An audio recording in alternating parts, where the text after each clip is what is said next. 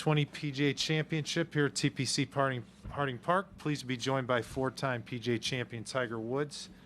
Tiger, really pretty solid round today. 5 birdies. Any one of those that might stand out to you as you think back to your round today? Not necessarily the birdies, but the par putt I made on 18, which was nice. Making, I think, the big par putts were enabled over the course of a tournament, keep momentum of the round going, and that was a big putt for me to make after making a mistake on my tee shot, missing it left, and kept it rolling from there. And I made some good putts. For the most part of the day, I missed the ball on the correct sides. This golf course, you have to hit the ball in the fairway. You get a ball in the rough into the green, there's really no chance you can get the ball to the green. So I felt like I did a decent job of doing that, and the golf course is only going to get more difficult as the week goes on. This is true. All right, let's start right here with number 1, Jeff. Tiger, you came out nice and gave yourself some nice looks early. Mm-hmm. What's the when you haven't played a lot of competitive golf? What's the process of kind of building that rhythm again?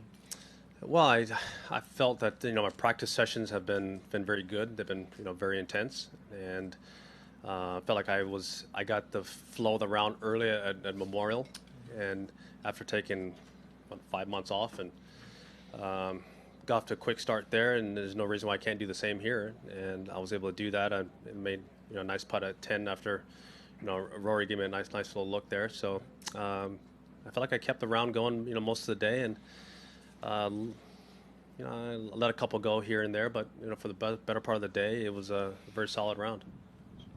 Right along the way, number 2, Rex. Tucker, you talked about some of the putts you made today. Can you just talk about the idea of why you wanted to go to the new putter and why it seemed to work so well today? Well, I've been messing around with this putter for a better part over a year.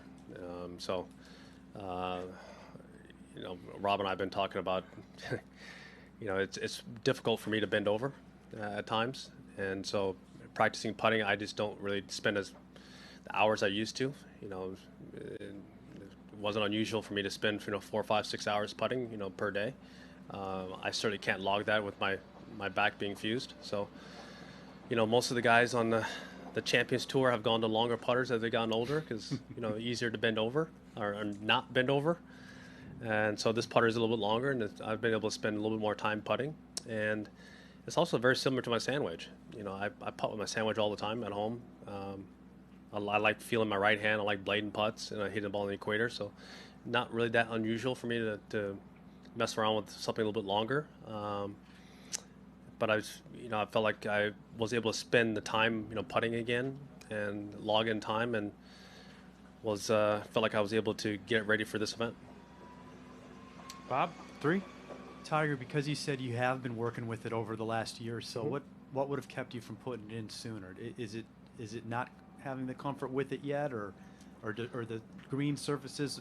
No, it hasn't. It has nothing to do with that. It's in a couple of years ago, I put in the Ardmore, and I needed a change, right? And it's not unusual for me to make a few changes here and there with the putter, and I putted with the Nike Method for a little bit, won a few events, but also there's something familiar with my other one. I've won a few events with it, but every now and again it needs to be benched, and this was a good week for it. You ever think of putting that thing in a safe I'm talking about the original, just based on how much you won with it? Well, I've won with it. I've putted with even my first one I won with the Masters with in '97 was slightly longer than the one I've been using out of all these years. So I went to a little bit shorter putter at the time to let my arms hang, and was it 99? And I had a nice little run there in 99, 2000, and I kept that length for pretty much my entire career. Let's zoom out to Lucas. Lucas, you're up. Tiger, 2 questions. First, how challenging was the rough today? And building off of that, how important was that third shot on 10 from the rough to set up the birdie on your first hole played today? Well, I got lucky on that lie. I hit it far enough right where it was burnt out, and I I could hit the bottom, so which was fine. So able to hit a nice little flop shot up there and make the putt.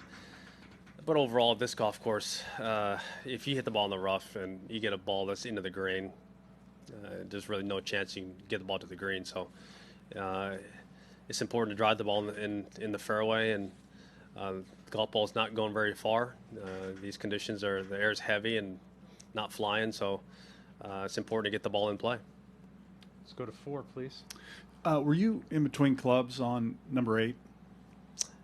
No, I mean, it's 229. It was slightly in off the left to the front, and I'd have to absolutely smoke a 4-iron to get there. And if I do that, I'm gonna turn it back into the wind. It's gonna get killed. So there's nothing wrong with, I thought, missing in that bunker, but when I got down there, the green was a little more baked out than I thought it would be, and the miss was probably short center and chip up there like JT did, and Rory put it up there.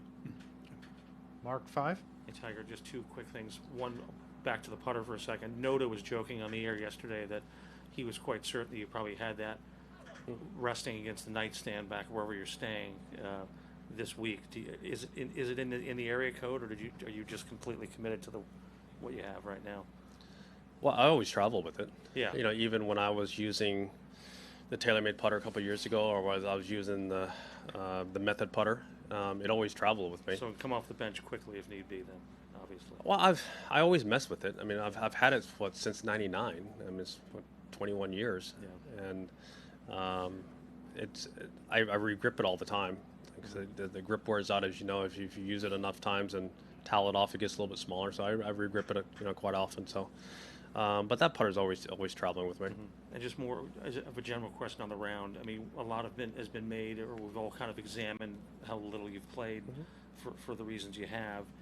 And in terms of the prep, what were your expectations coming in today? And when you look at the way you hit it today and putted, is 2 under? Well, I thought like I thought anything today in the red was going to be good. The way the forecast was, it was supposed to lift today and get a little more windy. I think the winds were supposed to be 17 to 20. That was the forecast this morning, and felt like that if I shot something in the red, I'd be right there because the conditions were going to be tough this afternoon for the guys, and I was able to do it. I didn't think there were going to be that many guys at 4 under or better. But the greens were soft this morning. If you drove the ball in play, then you can get the ball close to some of these flags. And a few of them were a little bit more difficult than we thought. Okay, we're going to end it with 2 Zoom calls real quick, gentlemen. Daniel, you're up, sir. Yeah, Tiger, it looked like you were fighting a little bit of a hole off the tee. What causes that, and how were you able to fix it as the round wore on?